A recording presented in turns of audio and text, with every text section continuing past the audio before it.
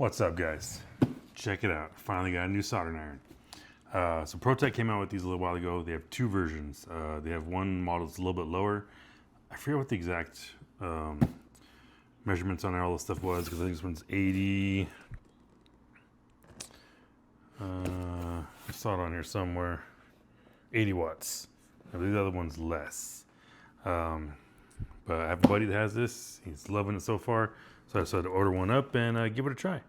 I needed a new soldering iron. I've been using one down at Hobby Action doing my motors lately, and I got a couple here I need to solder up, so I ordered this bad boy up. So let's do a quick little unboxing on it. Kind of see here, got some of the specs on it. On this side, it's got power consumption 75 watts, heating element, integrated tip, tip ground voltage, cable length 4 feet, weight 68 grams. Power consumption 80 watts, temp range 302 to 1022 Fahrenheit. Temp stability plus 1.8 Fahrenheit. Dimensions 5.8 by 4.7 by 3.3 inch. And then weight is 3 pounds. And this one just kind of shows the different features. So it's got auto standby, sleep functions, replaceable tips, digital display, separate soldering stand. So yeah, let's open this thing up. So right out of the box, you got the you got a little manual here. Kind of shows all the pieces it comes with, and some little rubber thingy. I'm guessing that mounts something. We'll figure that out in a minute. Got a power cord. Some cool cardboard stuff here to hold it. And then here's the soldering stand for the soldering station. It's got the little thing where you can rub all your extra solder off of it, and then you can set it here. Let's see if this says what that rubber piece is. I don't know. And then here's the main little power plant, I guess you can call it. So nice little look to it. It's got a power switch on this side. Power cables in the back. I plugged the cable into the front. Got a little twisty knob there. Set button. And then you got the iron here. So pull that out of there. Undo the little twisty tie.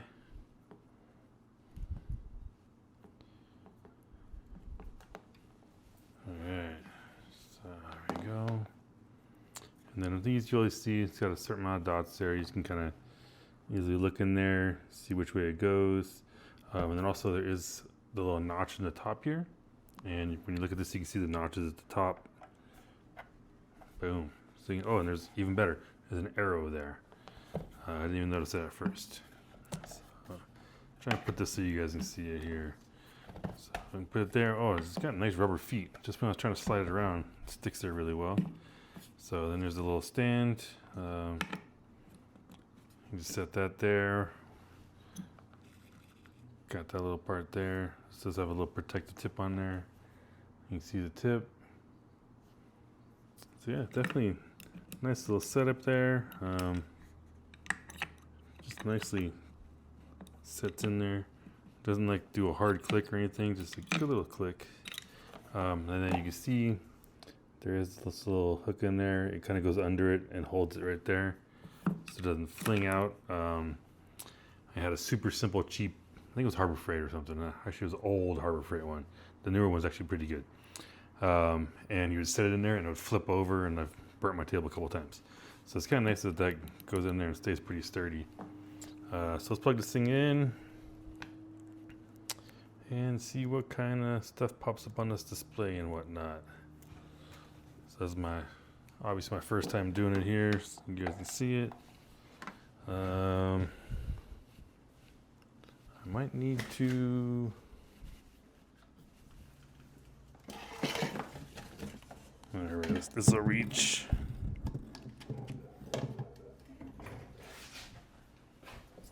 Alright, flip it on, display goes on, green light turns on, and has the original set degree there. So you can, oh, there we go. That's kind of cool. So hopefully you can guys see this. So this kind of spins up pretty nicely, and then the green light blinks while it's still getting ready, catching up to that temperature. Yeah, I don't know what this is for. I didn't see it in the instructions.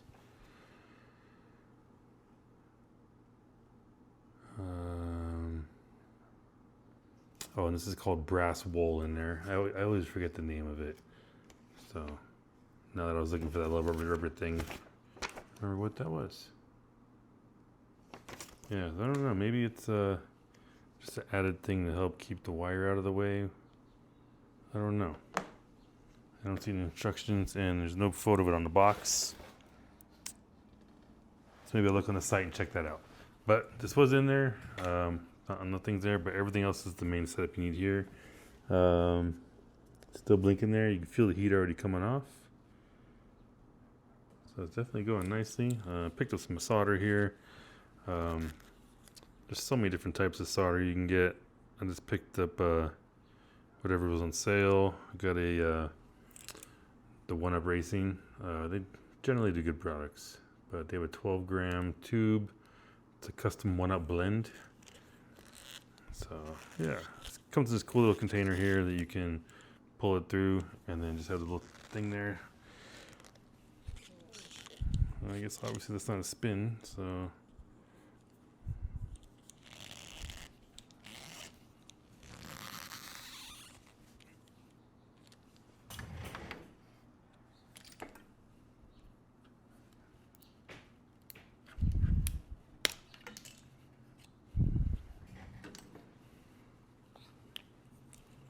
Alright, so for this, you can just see it comes in a nice little coil. Pull a little piece of it out there. Thread it through there. And then, oops. Works better if you line it up straight. And just pop it back on. Oopsie. Oh, so there must be a certain way that goes on. There we go. Yeah, so you can see what temperature we have. Still blinking, so it's still getting up the heat. But yeah, works great. So we'll be doing lots of soldering this week, or probably not this week, probably tomorrow. Yeah, check this bad boy out. I'll put the links below. There's the box again, so you can see what it looks like. This is on AMain's website. It's their ProTek brand to make most of the stuff that you need for the hobby of ProTek, and all of it works really well. So yeah, definitely check it out, and you'll see me using this a lot.